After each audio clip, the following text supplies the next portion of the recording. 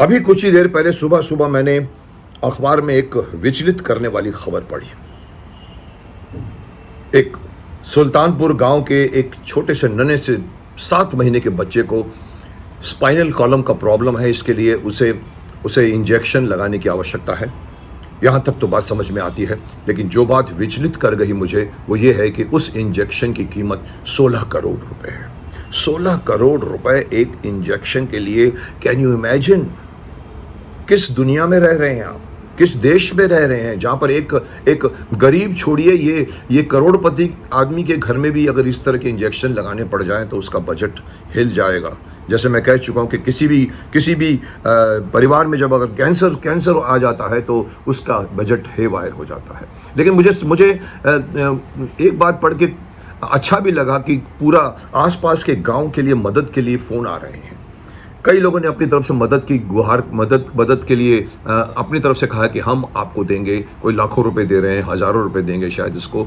उसके बच्चे के परिवार वालों को लोगों के सामने हाथ फैलाना पड़ रहा है। मुझे इसकी शिकायत है। क्यों? कहाँ है सरकार?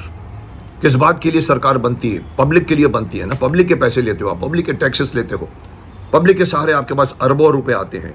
क्या उसमें आपके पब्लिक के स्वास्थ्य के लिए आपको कोई चिंता नहीं है कि वो परिवार, ये पता है आपको कि 16 करोड़ का इंजेक्शन कोई भी आम परिवार नहीं जुटा सकता। इसके लिए कोई दो राय नहीं है। वो अगर जुटाएगा तो वो तरीके लगाने पड़ेंगे, उसको ढूंढने पड़ेंगे, लोगों की मदद मांगनी पड़ेगी, गुहार लगानी पड़ेगी उसको। लोग देंगे। हमारे यहाँ पर दानवीर करण बैठे हुए हैं बहुत सारे, लेकिन वो इसी वक्त ही क्यों आते हैं? क्यों नहीं पहले आते? क्यों नहीं हमारे इस मेडिकल सिस्टम को चेंज किया जाता है? क्यों मेडिकल सिस्टम में इतने हजारों लाखों रुपए की पेमेंट की जाती है? मैंने पहले भी कोरोना में भी कहा था, मैंने कहा कि हॉस्पिटलाइजेशन को फ्री कर दीजिए मोदी जी। नहीं तो ये जो हम कहते हैं, जिसको हम कहते हैं करप्शन, काला बाजारी, मुंह बाएं आपके सामने आकर खड़ी हो जाएगी। और वही हुआ। कोरोना जितना घातक नहीं बना, उससे ज्यादा घातक बना कोरोना की ट्रीटमेंट, हॉस्पिटलों की पेमेंट। मैं इस पॉइंट पे इस बच्चे जिसका नाम है अनमय, 7 महीने का बच्चा है, सुल्तानपुर गांव का बच्चा है, स्पाइनल कॉलम का प्रॉब्लम है। डॉक्टर ने कहा कि इसको एक इंजेक्शन लगाना पड़ेगा। मैं समझ सकता हूं उनके पास कोई और इलाज नहीं होगा, लेकिन लगाइए ना साहब। पैसे क्यों मांगते हो? 16 करोड़ रुपए क्यों मांगते हो? 16 करोड़ रुपए के लिए क्यों? एक आम पब्लिक जनता जो ऑलरेडी टैक्सेस भर के सरकार को बना के सरकार का बजट बनाती है, वो क्यों नहीं एक्सपेक्ट करती कि उसी पैसे से उसका इलाज होना चाहिए?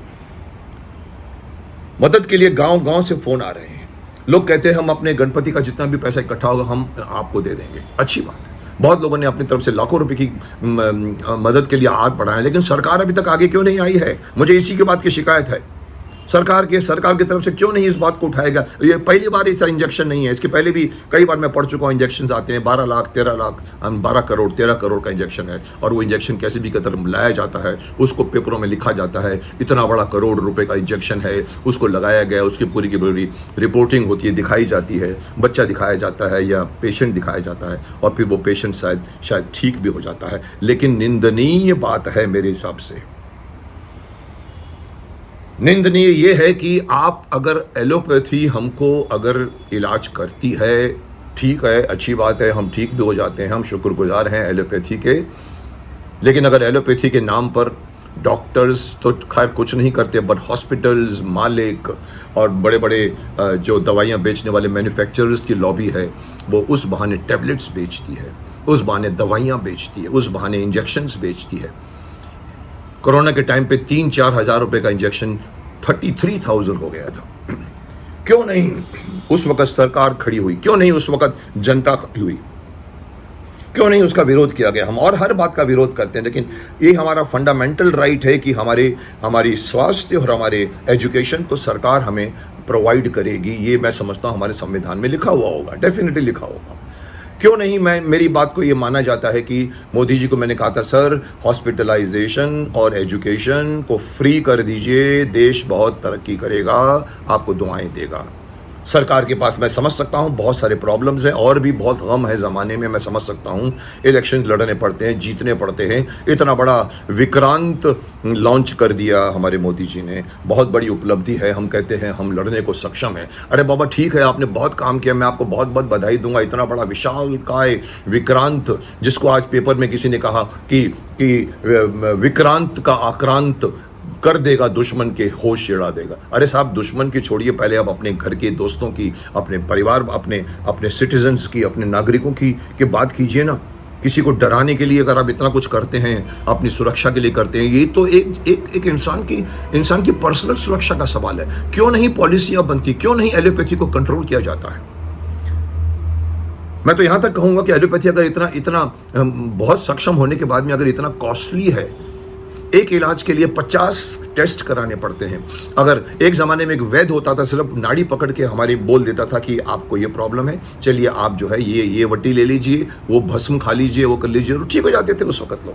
आज मरीज किसी रोग के साथ जाता है तो उसके 25 रोग इधर उधर के उसको पहले नेगेट किया जाता है। ये भी नहीं है आपको, चलिए आपको कैंसर भी नहीं है, चलिए आपको विटामिन डी का प्रॉब्लम भी नहीं है, चलिए आपको शुगर का प्रॉब्लम भी नहीं है, चलिए आपको ब्लड प्रेशर भी नहीं है, हाँ आपको अभी ये है। अरे साहब, बाकी चीज़ों को आप क्यों, आपको खुद को मालूम नहीं पड़ता कि इसको ब्लड प्रेशर नहीं है? ठीक है, उनका तरीका है, पर मैं नेगेट करता हूं इस तरीके को। मैं चाहता हूं कि आयुर्वेद को आगे लाया जाए, आयुर्वेदिक दवाइयों को आगे लाया जाए। आयुर्वेद हमारे देश की परंपरा है, हमारे देश के शास्त्रों में लिखी हुई बहुत बड़ी नियामत है, बहुत बड़ा खजाना है, जिसको जर्मनी ने यूज किया है। वहां पर वो टैबलेट्स बनाकर अरबों रुपए कमा रहे हैं, और हमारे यहाँ के मूर्ख लोग,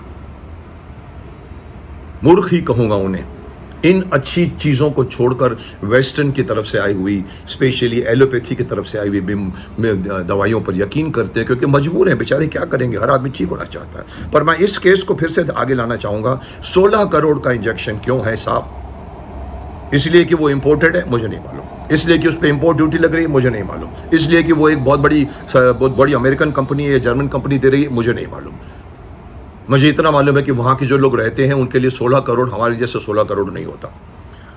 अगर हमारे यहाँ पर 16 करोड़ है तो उनका अगर कैलकुलेशन करो, वो पाउंड्स में जीते हैं, वो लोग डॉलर्स में जीते हैं।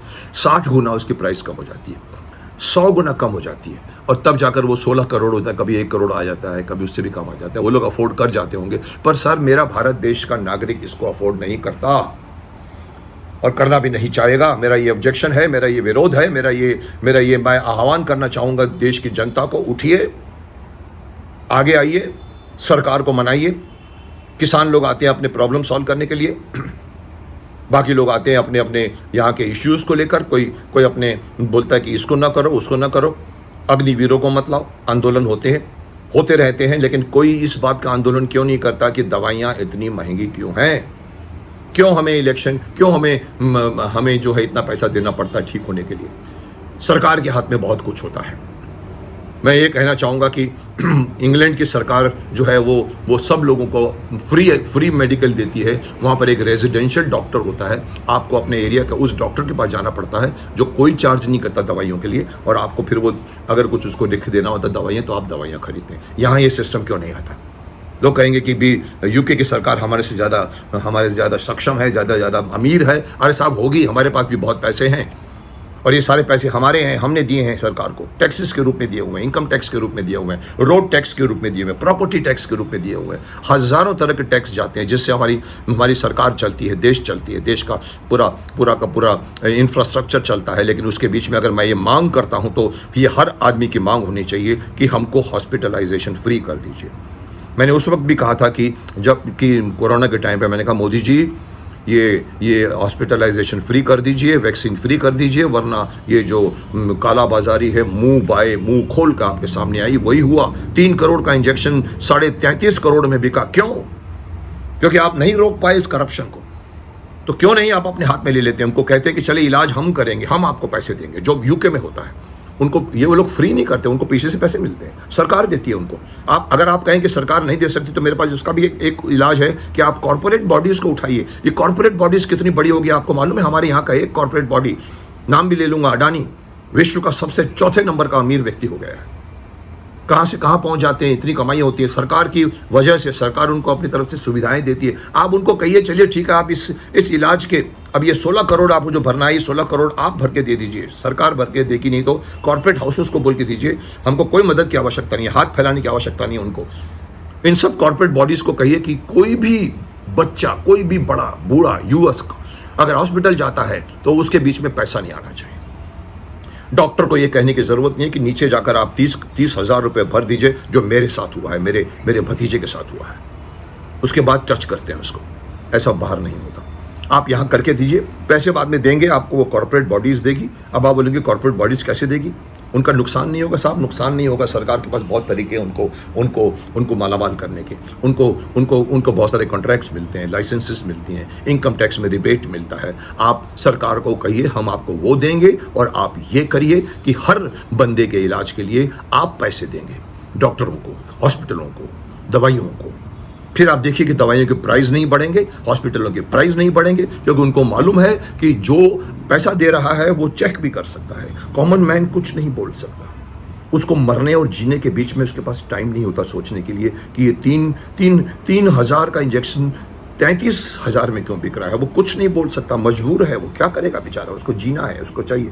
अच्छा उठाइए, ठीक है, नहीं मिल रहा है सर, वो बोलते सर इंजेक्शन खत्म हो गए, चल ठीक है लाइए। अरे साहब ये सब चीज़ें जब अगर पीछे से पेमेंट होगा ना, कभी नहीं होगा। तो मैं फिर से एक बार मुहिम लगाना चाहूँगा अपने पूरे देश के लोगों को कि आगे आइए। हर तरह के आंदोलन आप करते हैं, हर तरह के आंदोलन आप मेट्रो रेलवे को रोकने की आंदोलन करते हैं, आप पेड़ बचाओ का आंदोलन करते हैं, आप अपने आप को बचाओ का आंदोलन कीजिए ना, अपने स्वास्थ्य को बचाने का आंदोलन कीजिए ना, कहिए आप। और ये एक देश की, एक राज्य, एक स्टेट की समस्या नहीं है, पूरे देश की समस्या है। उसमें कोई पार्टी नहीं बीच में आनी चाहिए, कोई कांग्रेस नहीं, कोई बीएसपी बसपा नहीं, कोई तृणमूल नहीं, कोई बीजेपी नहीं। एक आम आदमी जो इन सब पार्टियों को बनाता है वो मुहिम लेकर आएगा एक साथ, तब जाकर बात होगी।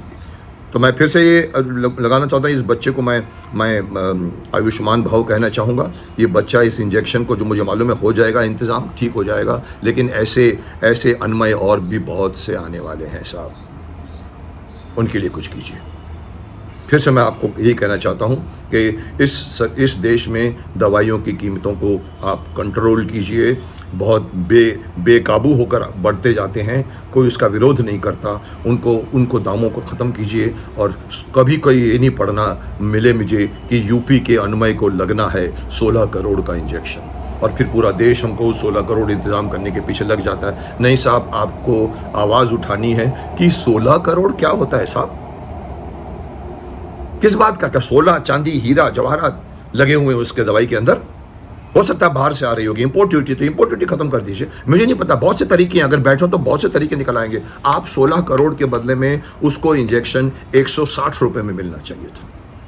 जो वो परिवार वाला अफोर्ड कर लेता, उसको किसी के आगे मदद के लिए गुहार नहीं करनी पड़ती। ये तो बेचारा, मुझे पता नहीं इनकी क्या हालत है, कितने अमीर है कितने गरीब हैं, मुझे नहीं मालूम, पर एक बड़े से बड़े अगर अपर क्लास वाले को भी अगर ये इस तरह का इंजेक्शन का खर्चा आ जाएगा, हिल जाएगा वो। कोशिश कीजिए इस बात को मेरी समझने की। मैं पब्लिक को भी कहना चाहूँगा, सरकार को भी कहना चाहूँगा। लोग मुझे कभी कभी कहते हैं आप क्यों बोलते हैं सबके खिलाफ। मैं बोलता हूँ क्योंकि मैं किसी के खिलाफ नहीं बोलता हूँ, लेकिन गलत होने वाली घटना के खिलाफ बोलता हूँ। और ये बहुत ही गलत चीज़ है कि एक इलाज के लिए 16 करोड़ रुपए का इंजेक्शन लगाना पड़ रहा है। Do that. हर आदमी को कहूँगा शक्तिमान बनो, आंदोलन करो, सरकार को झुकाओ और उनको कहो कि ये बिल पास कीजिए कि हॉस्पिटलाइजेशन अब के बाद से फ्री हो जाना चाहिए, किसी को अपनी दवाइयों के पैसे नहीं देने पड़ेंगे। करके दिखाइए। देश को आगे बढ़ने में ये बहुत बड़ी बात है। जिस दिन आप कर पाएंगे, मैं समझ सकता हूँ हमारी सरकार 100 साल चलेगी। आप कोशिश कीजिए इसके लिए।